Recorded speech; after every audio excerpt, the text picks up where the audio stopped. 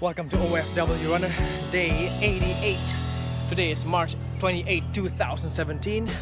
At pag-usapan natin mamaya ay investing. Step 5, investing. At sa mga ngayon palang manonood, this is my new day's resolution wherein instead of thinking of a task to complete within the year, I am completing a task every day, every single day. And I am taking a video of it so I can inspire even just one person to start a habit and make it a good one. I will see you in 30 minutes.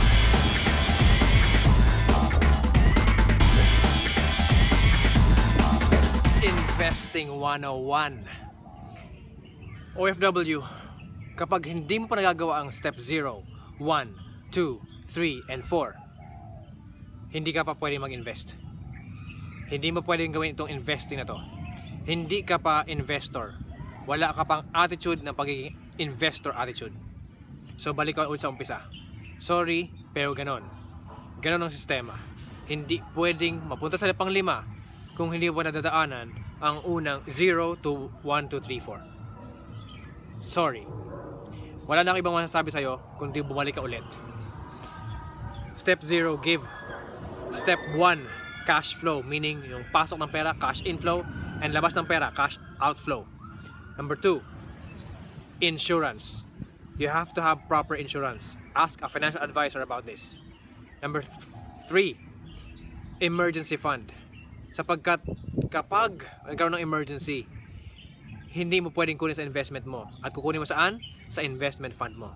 And number 4, step 4, I pay your debts. Sapagkat hindi ka pa uusad hanggat may utang ka. Ang concept of investing is to make money work for you. At ang debt, or utang, is money working against you. So yun muna. Stop investing and do the step 0, 1, 2, 3, 4 first. Yun muna. Wala akong ibang masasabi para mapagaan ang loob mo, kundi sorry. Dahil hindi ka makaka-step sa pang-5 kung hindi mo magawa yung una.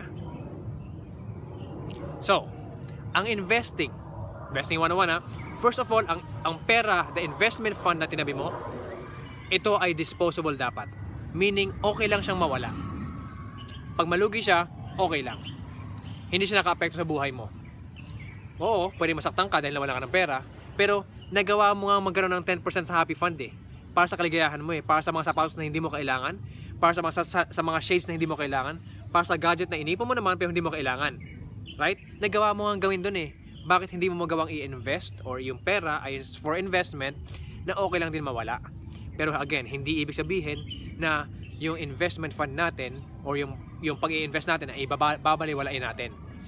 Aaralin natin kung paano gawin, pero okay lang siyang mawala. Kumbaga. Okay, so yun muna. Next, itong investing na to, investing part na to, ay napakahalaga dahil ito ang magpapaikli ng panahon mo as an OFW. Sapagkat ang pagmamahal natin sa pamilya natin ay hindi nasusukat sa pera, kundi nasusukat sa oras. Love is spelled T-I-M-E when it comes to family. So, ang priority dapat natin ay umikli ang panahon. At walang ibang way kundi mag-invest ka para umikli ang panahon. Dahil pag nag-ipon ka lang, talo ka.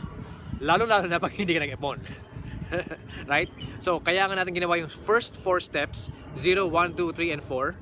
Kaya natin ginawa yun para magkaroon ka ng ekstrang pera na maitatabi mo forcefully or hindi forcefully. Kung may disiplina ka kasi, go ahead.